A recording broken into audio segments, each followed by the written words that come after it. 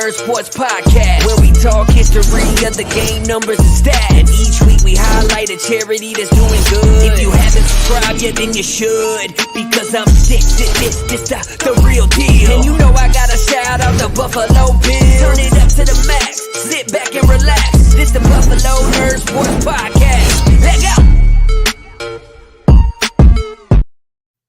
What is up, Bills Mafia? Welcome into this episode of the Buffalo Nerd, brought to you by SB Nation on the Buffalo Rumblings YouTube and podcast network. If this is your first time listening, thanks for coming in. If you're already part of the Nerd Mafia, welcome home. As you can see, I am joined this week by the first ever guest of the Buffalo Nerd. She is part of the three-headed monster over at Buffalo Plus. She's a cancer survivor. She's a Trey White tackle survivor. Welcome in, Jenna Cottrell. Hi, thank you for having. Wow, that was quite an intro. Honestly, I might need to take you everywhere because that was awesome. I'm down. Let's do it. Thanks for having me. How are you doing? I'm great. We were talking off air before, like just so excited for the start of training camp, the start of the season. I mean, the sky high expectations for the Bills this year. And I know so many fans are so excited and looking forward to it. And I'm like, all right, let's just get it going. So I know training camp about a week away, and I know we're ready. Fans are ready. It's going to be a lot of fun. Yeah, I mean, it snuck up on us, right? I think everybody was like, oh, the off season. And then it's like, wait a second, it's like right around the corner. Training camp's here. And then everybody today is, on Twitter, like, what the heck is going on with the tickets for camp? I can't get them, this, that, and the other. But I think the people got in, they're getting in. There's still the Bills practice that'll be live when they come back home, that they haven't done that part of it yet. But I'm excited to chat with you. You're about to get slammed because camp's right around the corner. So I want to touch base with you and see what's going on. But before we get into that, like we do every week on the show, and seeing that I know that you just hit 5 years of being a cancer survivor, right? Which is very impressive. We're going to highlight the charity right off the top, and you chose LLS.org. And why don't you go ahead and let everybody know why you chose them? Yeah, so LLS.org is the Leukemia Lymphoma Society. I am a lymphoma survivor. I was diagnosed with Hodgkin's lymphoma back in 2017. I went through chemo. I had to get surgery. It was quite a long journey, as you can imagine. And now that I'm cancer-free and been in remission for 5 years, like you said, it's a huge milestone and I'm really excited. But I wanted to support the charity because they were so good to me along my journey. And, I feel like in life, it's all about paying it forward. And, I would really appreciate if anyone had the ability to donate or just wanted to give a shout out to the charity, because it helps so many people across the country.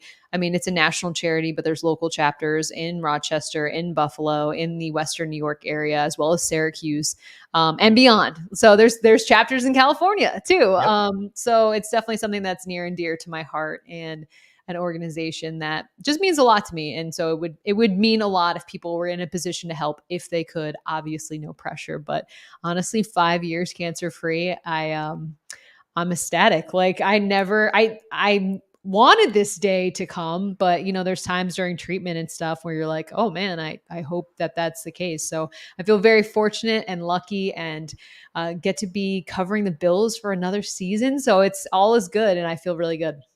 Yeah, it's awesome. I mean, this was the organization that we highlighted when you first came on over a year ago, right? So it's a very cool organization. I know that you had mentioned back then that, Josh Allen's sister is big with this organization as well. So like Jenna mentioned, if you can head over to LLS.org, check them out, send that information to somebody. If you can't donate or do something like that, just spread it out there, as far and wide as we can. It's appreciated, obviously. And it gets us cool people to hang out with, that are going through these tough circumstances. So real quick, before we move on past all the charity stuff, I do know that today too is Give 716, right? It's starting today and running through this weekend too. So there's a ton of charities right now that are going to be looking for support over there in the Western New York community. So if you can, make sure you guys check that out as well.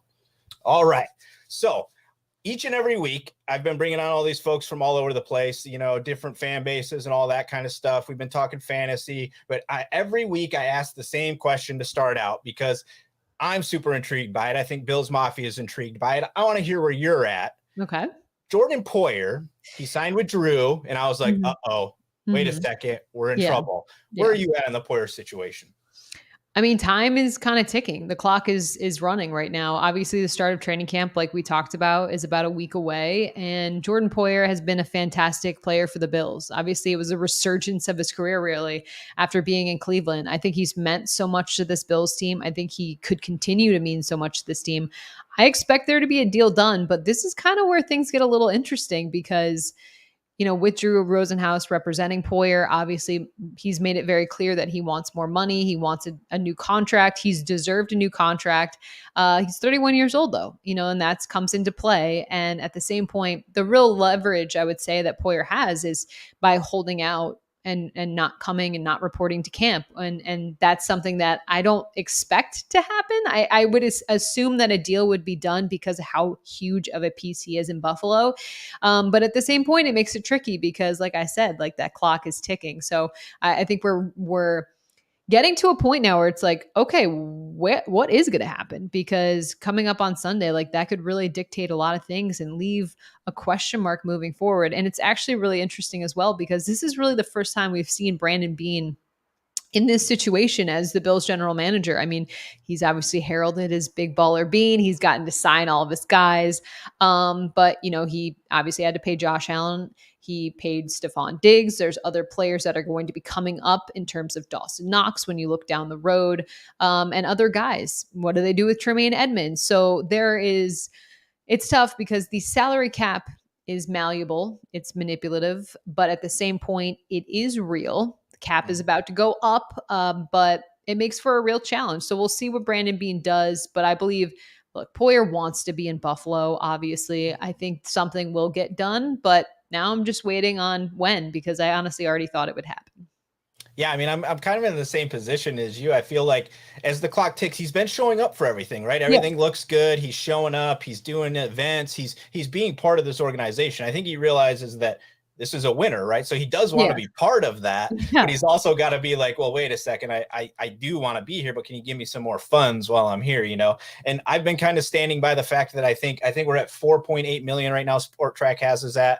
Poyer, they're estimating 10.7-ish. Yeah. I think we pay him this year. We kind of just even up with him this year and maybe let him look around next season and see what's out there. I wouldn't be stunned by that. I wouldn't be stunned by that either. And when people are saying like, why does he deserve a new contract and stuff like that? The NFL has just changed so much. Like players want to be paid. It's such a finite amount of time that they can really make their money. And because of that, they want to earn it. And Poyer, I mean, all pro Poe, he had a phenomenal season. Like I said, he's such a big part of that secondary, that I understand why he would want to come to the table and be like, hey, I want this and that. And we talked about the salary cap being malleable. So are those contracts. Some of those second, third years are really voidable depending on what the language is in the contract. So I could definitely see a situation where they put together a contract extension for Poyer, and then maybe down the line, some of those later years are essentially void and the Bills can kind of move on with him, keep him happy in the interim, but also keep their options open down the line. Yeah, I like it. I think, and he's rightfully so, right? The game has changed, like you just mentioned. Yeah. So he's having to do way more than he did in the past, right? Like this is a passing league now. So the safety is now asking for money that defensive linemen used to get to stop the run, right? Mm-hmm. And it's just working its way that way, right? So it's one of those things. I anticipate he will be a Buffalo Bill this season and be part of the championship run either way. Right. Yeah. I think that's it. Okay. So let's move over to the next hot topic, I think, because the backfield is always in question. Every single year, the backfield is in question, right? Because we know QB1 is RB1, whatever you want to call it, this, that, and the other. Yeah. But there are 5 other running backs on this roster, that would like to be the running back. So like, where are you at in this backfield? Is there somebody that you're just like, I don't think they're going to make it? Do you have a favorite right now? Like, where are you kind of at with everybody? I mean, I think it shows what the Bills have done and Brandon Beane has done over these last couple of years, and that's continue to draft running backs. And that to me says that, I mean, the position has obviously changed tremendously in the league as well in terms of money, in terms of status and stuff like that. That being said, I think Zach Moss, if I were him, I'd be really feeling that pressure. Obviously, they drafted James Cook this past season. Once again, like the Bills are trying to go to the well and see if they can have that running back talent, maybe a pass catcher at that with James Cook. But I feel like for Zach Moss, like it's kind of a make or break type of situation. The Bills could move on from him in terms of if they just don't see what they wanted to see. Devin Singletary, I think he's been he came on as of late last season. My thing is, look, the offense goes through Josh Allen and his arm. When you have guys like Stephon Diggs and Gabriel Davis on the field, like, you want to get them the ball. But at the same point, you need to have that changeup still. Sean McDermott talked about they don't have a lead back and something like that. They don't have the bell cow like we talked about when it was LaShawn McCoy. But don't be fooled. Like, they would love to have a guy that they knew was the Right. number one guy. Usually when something's done by committee, it's because one guy isn't standing out and is outstanding. So that being said, I just feel like, Devin Singletary had a nice season last year. What can he do to improve that? Can he build upon that? Can he gain some momentum? I want to see what James Cook can do, because I'm just interested to see his skill set, since it is a little bit different. And someone who I've gotten a ton of comments about because the draft, people like his reaction. They're like, is he not excited to be a Bill? Right. I just think he's not like a guy that shows emotes a lot, I guess. But at the same point, if I were Zach Moss, I would definitely be thinking like, it's kind of, or get off the pot type of situation, because the NFL, let's be real, we all know it's the quote, not for long type of league, the nickname is. So I think Zach Moss needs to show something, but in general, you just want to see more from the running game. Like, again, it's Josh Allen and company, but at the same point, if the offensive passing game isn't going, things happen. It's an 18 game regular season now. Like, you Right. can't always rely on that. So just to have another pace to go to, I think would be helpful. And I say this because my coworker, Dan Fates, is like, you don't need to run the ball ever. He's like, I hate running the ball. And while I understand when you have a talent like Josh Allen on the field, why you would say, don't ever give the ball to a running back, there are going to be times where there is struggle in the passing game and things of that nature. And that's just, you have to have more than one way to win in the NFL. I'm not saying stick it in Devin Singletary's gullet every time and have him run down the field. But at the same time, I'm like, let's have an option. I think that's what keeps a lot of defenses honest. And that's something that the Bills can improve upon, because by the end of the season, Buffalo had a more efficient running game. But let's be real. In the middle of the season, it was lost. It was SOS. It was on a milk carton. We didn't know what was going on. Yeah, absolutely. And you could tell, I mean, there's a point in the season there where you could see there was clearly something going on. The team was still doing fine, right? But they went from 30 some points to where they could barely get to 20 all of a sudden. And it was like, what's happening here, right? And then all of a sudden they started running efficiently as they came out of the back half and everything cleared up. So obviously we want to, especially we're going to see a lot of too high safety. Easiest way to beat that is be able to hit them with the run, right? That should be 6-7 yards just about every time. Yeah. I think that Zach Moss is going to be okay. And I don't think it's because he's necessarily the right guy for the piece, but it's going to depend on, I think, if there's a veteran back available or not. Because I think, like we see in the wide receiver room, Bean and McDermott, they like a vet. They like to always have one. We've kind of been trending without a vet in the backfield for a little while here. I think the JD McKissick thing was kind of like the idea of, okay, here's our vet, right? We can get a guy that's a vet, but it didn't work out, right? So now we're back to our 3 young guys and we go from there. But I thought Singletary played well. He did well. But for me, I think it's going to boil down to Aaron Cromer in the offensive line this year is going to be the big difference, right? And I think that's going to be huge. We see, a lot of run blockers being brought in this offseason. I think that we're going to see a better piece to that. But it's going to be fun. It's going to be fun either way, because everybody does love when it's like 3, it's 3rd and 2nd, 3rd and 2, 3rd and 1, Allen's going to do it, right? And everybody kind of loves that. But there is part of that to me that's like, we still have to be that team that can legit just say, hey, we're running. It's the guy that's back there. Yeah. And we're going to hand him and he's going to run right at you. Ready? Yeah. Because you have to be able to do that at some point in time. I could not agree more. And your point about the offensive line and the changes made in the coaching staff, that is another huge point. Also, we talk, we haven't really mentioned Ken Dorsey and him being a new offensive coordinator. I'm curious how much he will incorporate the run. Obviously, he's a former quarterback. He's a guy that knows Josh Allen very well, being his QB coach last year and before. But that's another piece to the puzzle. So I'm curious to see how it all go down. And we know Sean McDermott also, like, he kind of, obviously he's a defensive side of the ball coach more so, but I think he enjoys having like I said, a more well-balanced offense in terms of running the ball. Not saying that the Bills should be running the ball all the time, but you need to be able to when you want to and when the opponent knows you're going to. Absolutely, you have to. I mean, I think that's how you win championships, right? I mean, Yeah. it's how you close out games with 4 minutes left. Yep. That's how you do those types of Grind things, out the right? clock, all that. Yep. Yeah, we have to get good at that because as a passing team, it's hard to transfer into that at the end of Yeah. games, right? And then you're giving the ball back. You're giving the ball back because you can't run. So Correct. it has to be a huge piece of what we do. Yeah. Real quick before we transfer into the next section here, I want to shout out my guys over at fantasyguru.com and at Draft Dash. A lot of cool tools they've got over there this year. You know, Fantasy Guru has been around since '95, helping guys win their fantasy leagues. They got a lot of cool tools. Draft Dash has you covered for everything daily fantasy. They'll get you guys a 30-day free trial if you head over there. Links are in your descriptions down below. So go check those guys out. So you kind of mentioned this with Ken Dorsey moving over. We saw, and we kind of just hit on it, that McDermott and Bean have shown that they like to have a veteran in the wide receiver room, right? So this wide receiver room kind of quietly turned over a little bit, right? I mean, like we've got some heavy new pieces that are going to be taking place that a lot of people aren't talking about. So who are you kind of looking to see at camp and see where they come out? I mean, I think you talk about the wide receiver room. That's just a fascinating room to look at. Daniel makes a good point. Yeah, McDermott, I agree with him. I really do think McDermott's propensity is to want to run the ball more. That being said, I think the offense is Josh Allen, but I agree that I think we'll see how it all breaks down.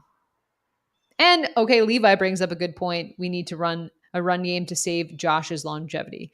Yeah, we love seeing Josh Allen run all over the field, but to maintain the Allen that we know Bills fans love, yeah, you got to be careful because it's a long regular season and we want him to be playing in Buffalo for a very long time. Yep. I'm going to be honest, Cole. I completely forgot what I was talking about. What wide receiver are you excited to see or kind of want to see what happens at camp with? Woo! Okay, thank you. Can you tell I just got back from vacation? And I know you got a heavy slate ahead of you too, so it's all good. So it's good. Time on tap. I did not have a coffee today. I now regret that. No, in terms of wide receiver room, I think it's just so fascinating because of, like you mentioned, the talent. Also having the addition of Jameson Crowder, a guy like that, someone who's actually played very well against the Bills. Cole Beasley, obviously being gone. You have Stephon Diggs. You just got that new deal. Gabriel Davis kind of stepping into that new role. I know so many people are so excited to see what Davis can do this season. And I'm curious to see too, because the way last year ended in Kansas City, it's like the sky is the limit for this kid. But what will it be like when he's the number 2 guy, essentially? Can he fill into that role? I believe he can, but there's some people, my coworker Dan Fates, who thinks that role might be a little too lofty for him. So we'll have to wait and see. But I think when you look at just the receiver room, like I mentioned, Jameson Crowder, honestly, Tavon Austin, I'm just fascinated and curious to see what he can do in camp. There's always a training camp darling. I feel like Tavon was kind of like the mini camp darling because he was so actively talking to Allen about what he could do. And he hauled in a couple nice catches. For me, I also think of like Isaiah Hodgkins. Where does he fit in terms of things? Obviously, he was drafted by the Bills a couple years ago, then had some injuries to deal with. We really haven't seen any of that on the field. What will that look like? Isaiah McKenzie, a guy who's obviously the face of the franchise. But what will his role look like with Cole Beasley being gone, as well as Jameson Crowder coming to the Bills? So pieces like that. Also, the guy that I'm really excited to see, and I don't know if it'll come to fruition this season, but Khalil Shakir, I've heard nothing but outstanding things about him. Just his character. He's also kind of reminds me of Gabe Davis in terms of like a versatile player, can play on the inside out type of thing. But with that comes trying to learn the playbook, which can be a challenge for a first-year guy kind of transitioning to the NFL. But the skill set that he has, I think he is someone that I'm particularly interested in seeing. But there's just so much talent in that room. That being said, though, I think there are question marks. Of course there are. There's Diggs and Davis. And then after that, you're kind of like, how will things kind of shake out? I think Josh Allen makes every receiver better. I think that's pretty fair to say.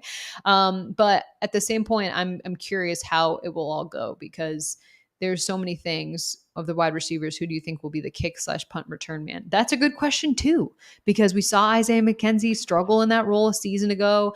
Stevenson was drafted to potentially be in that role. Yeah. And then again, he's someone that we really haven't seen that much of. I mean, they're practices where Tavon Austin was back there? What about a guy like Khalil Shakir? Like, I don't know. That's something that I don't want to say my thing yet because I don't know. I want to see how that kind of shakes up because obviously that's a huge piece of the game and one that the Bills could improve upon after last season. When you have Micah Hyde, like that's when like, okay, this is something that the Bills need to address.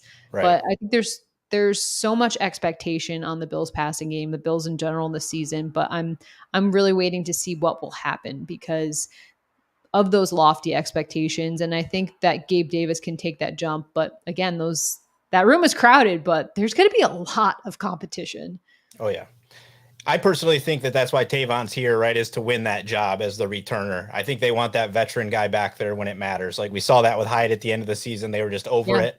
I mean, it was almost to the point where like they were like, just let him punt to nobody, right? Like we'd rather just have it hit the ground and let them touch it, and so we don't have to mess with it, right? So I think when you're in that point, you're really searching. I love what you said about Khalil because I do believe that when I saw that pick, it reminded me immediately of Gabe Davis, right? He was a high profile player at a smaller school that was doing really well. And it took Davis a little while to get there. I don't think he's going to be quite there yet this season. I'm kind of in that boat as well. Correct. Crowder's my guy. I think he's been waiting for an opportunity to be on a team like this. That's this good. His first chance to win is finally upon him. And I like him because he's got versatility to get inside and outside. But the next thing I wanted to hit on, and my guy Ryan Thomas is here, and he asked this question a little bit, and I was going to ask you if you're anticipating any regression on either side of the ball, and he's kind of wondering what you're expecting from Ken Dorsey. So I think that kind of aligns with, do you think we're going to see a regression from the offense, defense? Where are you at?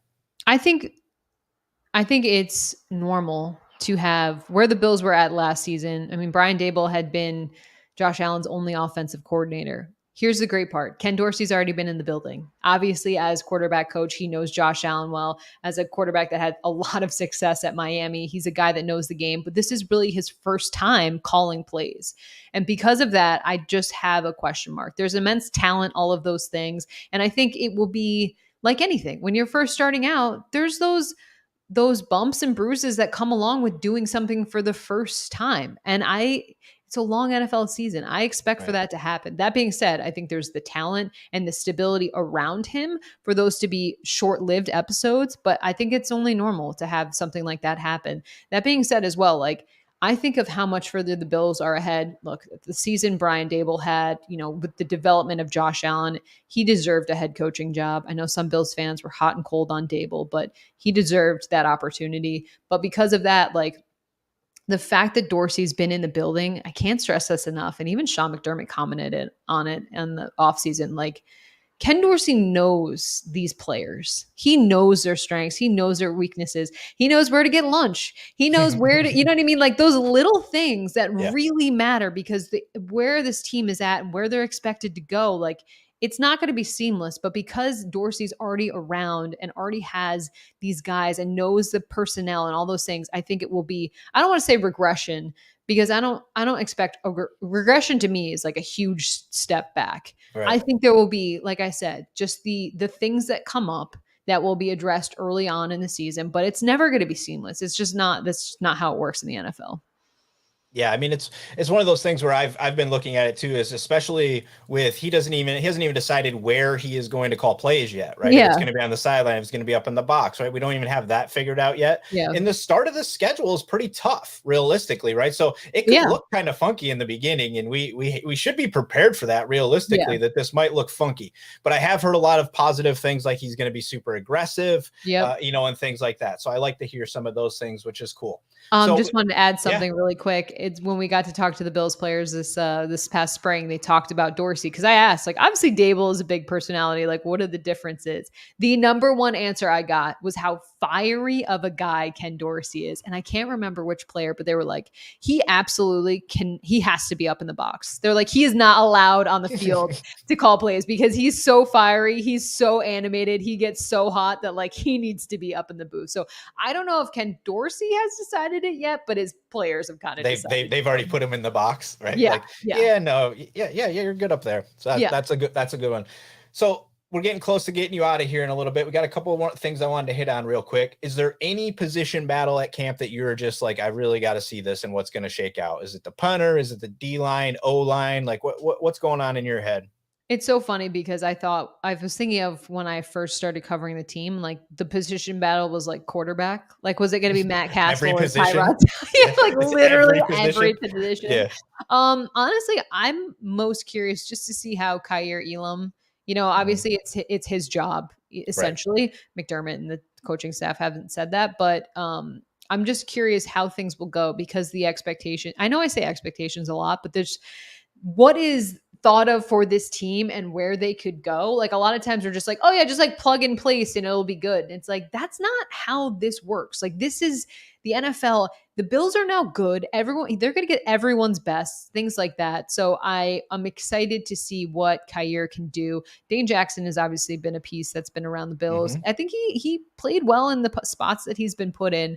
But yes, you can talk O-line, you can talk D-line, stuff like that. I guess for me, and maybe that's just because I'm kind of a nerd, but like I just want to see what Elam can do because of him being a first-round pick, all the talk around him and kind of what has been expected. There are a ton of expectations. It's so funny. I feel like every sportscast I mention the expectations or like in some way I'm talking about it, but like it's Super Bowl or bust. Like the window in the NFL is obviously incredibly small. And so this year it's a long season. There are going to be bumps along the way. There always are, but the talent on this team should outweigh and outlast those. So it's just about, even you talk about position battles. Look, Trey White is a starter. Obviously we all know that, but where will he be at? After coming off an ACL surgery, those are just the question marks that I have because people, again, they just plug in, well, Trey White will be back. It'll be fine. And I am not doubting that Trey White is working his ass off, his butt off.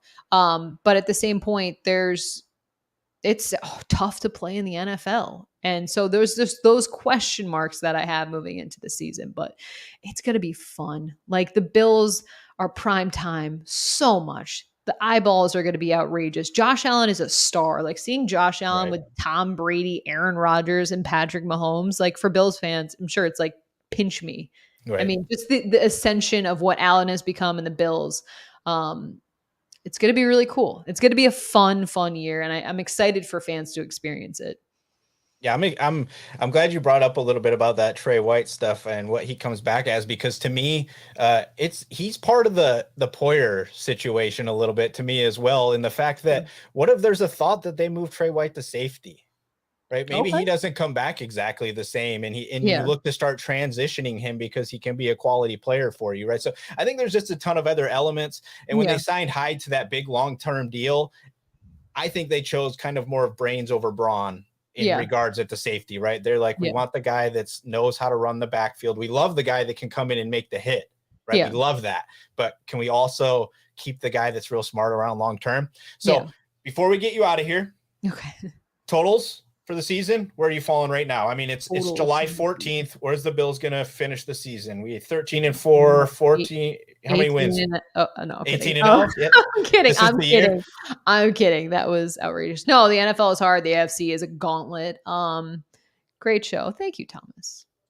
That we really appreciate that. I see it's tough because it's also when you're playing a team, I would say 14-4 makes sense to me. I see 13-5, and that's not a discredit to the Bills. It's just the schedule and it being really hard. And look, I think this team is headed for Arizona. It's just, it's going to be a long season and a hard season. They'll be tested along the way, but I think they'll pass for sure.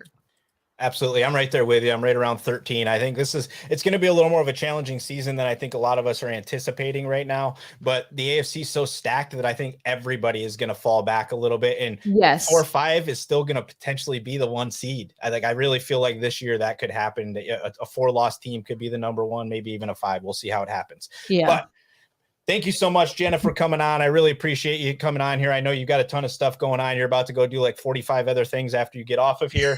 So I appreciate you taking the time. Make sure, everybody, that you guys head over to lls.org and check them out if you can. Jenna, you got anything you want to shout out before you get out of here? We also have more Bills coverage on the Buffalo Plus YouTube channel. It's Mike Catalana, Dan Fates, and myself. We have a lot of fun talking the Bills. Obviously, training camp is in Rochester this year. That's where we live. That's where we hang out. That's where we will be with the team. And we'll have coverage all season long. If you guys enjoy Colts podcasts, I suggest you check it out. We're always talking Bills and we always have fun. So thank you, Colt, for having me on. And also thank you everyone for your comments and your questions. I really appreciate it. And I really appreciate you having me on. It's always fun. Yeah, I really appreciate you coming back on. You were the first person that ever said yes, to come on the show. So I hold you dear to my heart as the first person that actually did that for me. So I appreciate you. Thank you, everybody, for chiming in, listening in. Appreciate you guys as well. And of course, go Bills. Make sure you leave a review and subscribe so you never miss another episode.